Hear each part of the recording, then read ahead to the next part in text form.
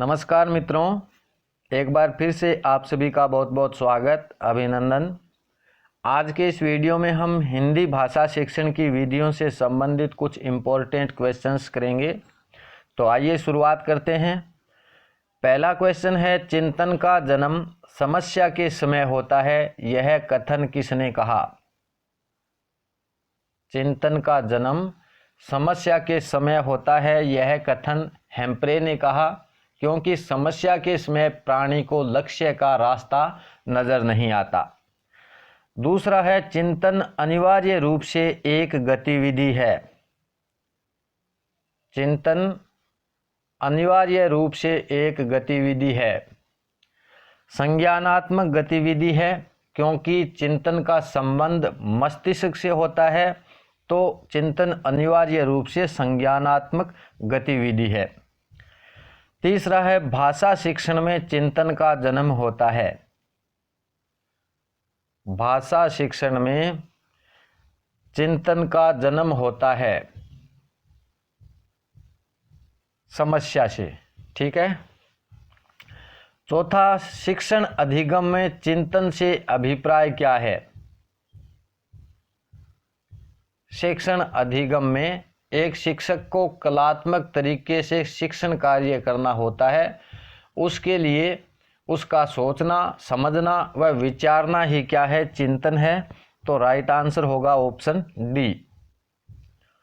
पांचवा, शिक्षण अधिगम प्रक्रिया में शिक्षण कार्य होता है। शिक्षण अधिगम प्रक्रिया में शिक्षण कार्य कला और विज्ञान दोनों होता है। इनके बारे में एन मुखर्जी ने कहा है कि शिक्षण कार्य प्रत्येक व्यक्ति के चाय के प्याले के समान नहीं है, यह तो कला और विज्ञान है। याद रखना है, यह कथन किसका है? एन मुखर्जी का कथन है कि शिक्षण कार्य प्रत्येक व्यक्ति के चाय के प्याले के समान नहीं है, यह तो कला और विज्ञान है। छठा, शिक्षण अधिगम में मूलतः चिंतन के प्रकार पाए जाते हैं। चिंतन के प्रकार, शिक्षण अधिगम में चिंतन के दो प्रकार बताए गए हैं। पहला शौली चिंतन और दूसरा होता है यथार्थ चिंतन। शौली चिंतन जो होता है यह केवल काल्पनिक होता है तथा शौली चिंतन में व्यक्ति कार्य नहीं कर पाता, इसलिए इसके परिणाम शून्य होते हैं। जबकि यथार्थ चिंतन सत्य एवं वास्तविकता तथा निश्चित रूप से सही परिणाम प्राप्त करने वाला चिंतन होता है, यथार्थ चिंतन। तो शिक्षण अधिगम में दो प्रकार के चिंतन होते हैं, शौली चिंतन और यथार्थ चिंतन। सातवां, राम प्रत्येक वस्तु को उसके गुण दोषों के बारे में चिंतन करने के पश्चात ही खरीदता है। तो यह किस प्रकार का उदाहरण है? राम प्रत्येक वस्तु को उसके गुण दोषों के बारे में चिंतन करने के पश्चात ही खरीदता है, तो यह आलोचनात्मक चिंतन का उदाहरण है। आठवां, चिंतन एक मानसिक गत्यात्मक क्रिया है। यह किस विद्वान ने कहा? चिंतन एक मानसिक गत्यात्मक क्रिया है। यह कहा था किसने? रोस ने। रोस के अनुसार शिक्षण अधिगम में चिंतन एक मानसिक गत्यात्मक क्रिया है, जिसके द्वारा एक व्यक्ति किसी समस्या से समाधान की ओर बढ़ता है। नौवां, सृजनात्मक मुख्य रूप से संबंधित है। सृजनात्मक मुख्य रूप से अपसारी चिंतन से संबंधित है। अपसारी चिंतन को सृजनात्मक तथा आगमनात्मक चिंतन भी कहा जाता है। इस तरह के चिंतन में व्यक्ति किसी एक वस्तु के अनेक उपयोग बताता है तथा नई वस्तु का सर्जन करता है। 10वां, शिक्षण कार्य करने से पूर्व एक शिक्षक चिंतन करता है। शिक्षण अधिगम में शिक्षक जो है वो शिक्षण कार्य करता है, तो वह उसके लिए एक समस्या के रूप में होता है, क्योंकि शिक्षक को सोचना पड़ता है क्या, किसको, कितना, कैसे एवं क्यों पढ़ाना है। तो राइट होगा ऑप्शन डी। 11वां भारतीय दृष्टिकोण के अनुसार शिक्षण प्रक्रिया है। भारतीय दृष्टिकोण के अनुसार शिक्षण प्रक्रिया द्विमुखी है। ठीक है, इसमें शिक्षक और शिक्षार्थी, ठीक है, शिक्षक और शिक्षार्थी दो होते हैं, इसलिए भारतीय दृष्टिकोण के अनुसार शिक्षा की प्रक्रिया द्विमुखी प्रक्रिया है। 12वां B.S. ब्लूम के अनुसार शिक्षण के त्रिमुखी प्रक्रिया का भाग नहीं है। B.S. ब्लूम के अनुसार शिक्षण के त्रिमुखी प्रक्रिया का भाग नहीं, कौन सा है इसमें से? तो B.S. ब्लूम के अनुसार शिक्षण के त्रिमुखी प्रक्रिया में शिक्षक, शिक्षार्थी एवं पाठ्यक्रम आते हैं।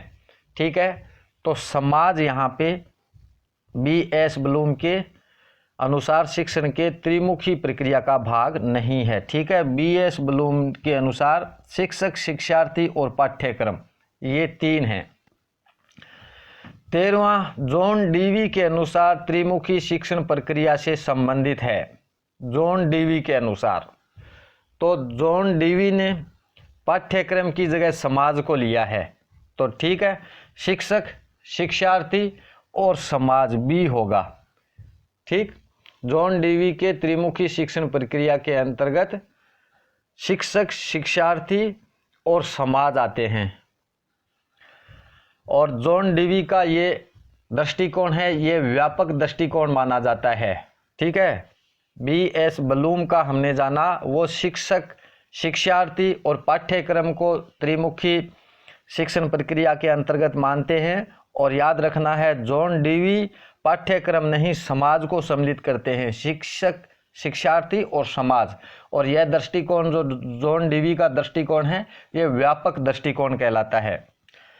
14वां एक शिक्षक शिक्षण कार्य कराते समय निश्चित रूप से कौन से शिक्षण उपागम का उपयोग करेगा? शिक्षण कार्य कराते समय एक शिक्षक जब अपने कार्य को रोचक एवं प्रभावशाली बनाने का प्रयास करता है तो वह विभिन्न प्रकार के उपाय काम में लेता है। इन्हीं उपागम को शिक्षण उपागम कहते हैं, जिसमें शिक्षण विधि, शिक्षण सूत्र और शिक्षण सिद्धांत, ये सभी उपागमों का निश्चित रूप से वो उपयोग करता है।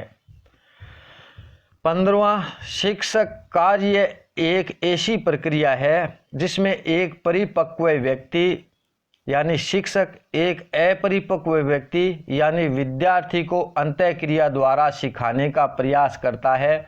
यह कथन किसने कहा? यहाँ पे शिक्षण है, शिक्षण कार्य एक ऐसी प्रक्रिया है, ठीक है, जिसमें एक परिपक्व व्यक्ति एक अपरिपक्व व्यक्ति को अंतःक्रिया द्वारा सिखाने का प्रयास करता है। यह कथन है जैक्सन का। 16वां शिक्षण प्रक्रिया में एक शिक्षक शिक्षण कार्य करते समय विधि का उपयोग करता है। शिक्षण प्रक्रिया में एक शिक्षक शिक्षण कार्य करते समय विषय वस्तु को संगठित करता है और स्वयं के विवेकपूर्ण तरीकों से बालक तक प्रेषित करता है तथा यह छात्रों के उद्देश्यों की पूर्ति में सहायक होती है। राइट होगा ऑप्शन बी। 17वां शिक्षण विधि शैक्षिक प्रक्रिया का गतिशील कार्य है। यह कथन किसने कहा? यह कथन है किसका? बाइनिंग का। बाइनिंग के अनुसार शिक्षण विधि से ही शैक्षिक प्रक्रिया को गतिशील बनाया जा सकता है। इंपॉर्टेंट है, याद रखना है। 18वां शिक्षण कार्य के लिए कम से कम कितने लोगों की आवश्यकता होती है? शिक्षण कार्य एक ऐसा कार्य है जिसमें कम से कम 2 लोगों की आवश्यकता होती है तथा इन दोनों के बीच विचारों, विषय वस्तु का आदान प्रदान होता है। इसलिए शिक्षण एक प्रक्रिया के रूप में माना जाता है।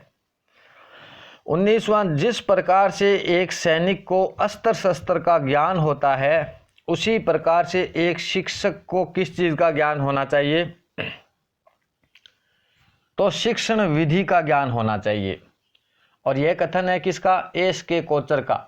एस के कोचर के अनुसार जिस प्रकार एक सैनिक को सभी अस्त्र शस्त्र का ज्ञान होता है, उसी प्रकार से एक शिक्षक को भी सभी विधियों का ज्ञान होना चाहिए।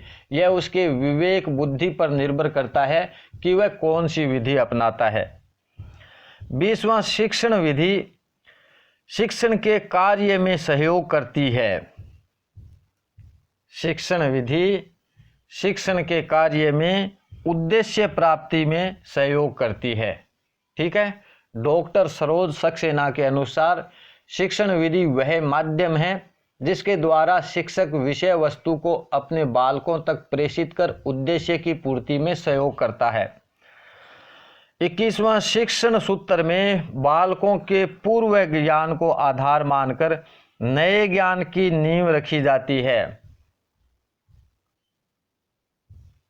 बालकों के पूर्व ज्ञान को आधार मानकर नए ज्ञान की नींव रखी जाती है, ज्ञात से अज्ञात की ओर। 22वां, निम्नलिखित शिक्षण सूत्रों में से कौन सा एक सूत्र गलत है? तो शिक्षण सूत्रों में गलत जो है यह है अंश से पूर्ण की ओर, पूर्ण से अंश की ओर होता है। ठीक है। शिक्षण सूत्र सरल से कठिन की ओर, विशिष्ट से सामान्य की ओर, प्रत्यक्ष से अप्रत्यक्ष की ओर, और ठीक है, और यहाँ पे जो दे रखा है अंश से पूर्ण की ओर, यह नहीं होता, मगर यहाँ पे होना चाहिए था पूर्ण से अंश की ओर।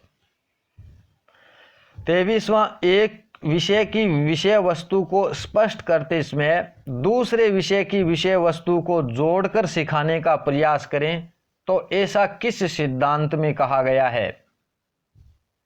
एक विषय की विषय वस्तु को स्पष्ट करते समय दूसरे विषय की विषय वस्तु को जोड़कर सिखाने का प्रयास करें, यह सह संबंधता का सिद्धांत में कहा गया है। सह संबंधता के सिद्धांत में।